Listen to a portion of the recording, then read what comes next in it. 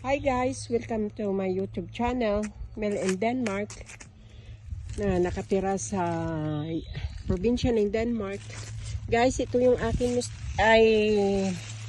what you call this, pitsay. Ito siya, i-harvest ko to sa Wednesday. Ngayon ang hinarvest ko guys yung aking mustasa. Ayan guys, so sa Pilipinas galing tong binhi niya. Tapos ayan na guys, so tapos ito naman yung maliliit na radish guys. Tapos ito naman guys ang aking radish labanos. Sa Portugal ko to nabili. May mga laman na sila guys. So saan na ba yung malalaki na laman? Ayan guys, yung malaki na yung laman niya.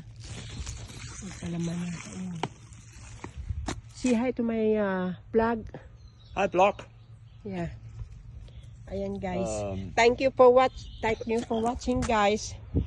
Please subscribe sa aking YouTube channel, Mel in Denmark.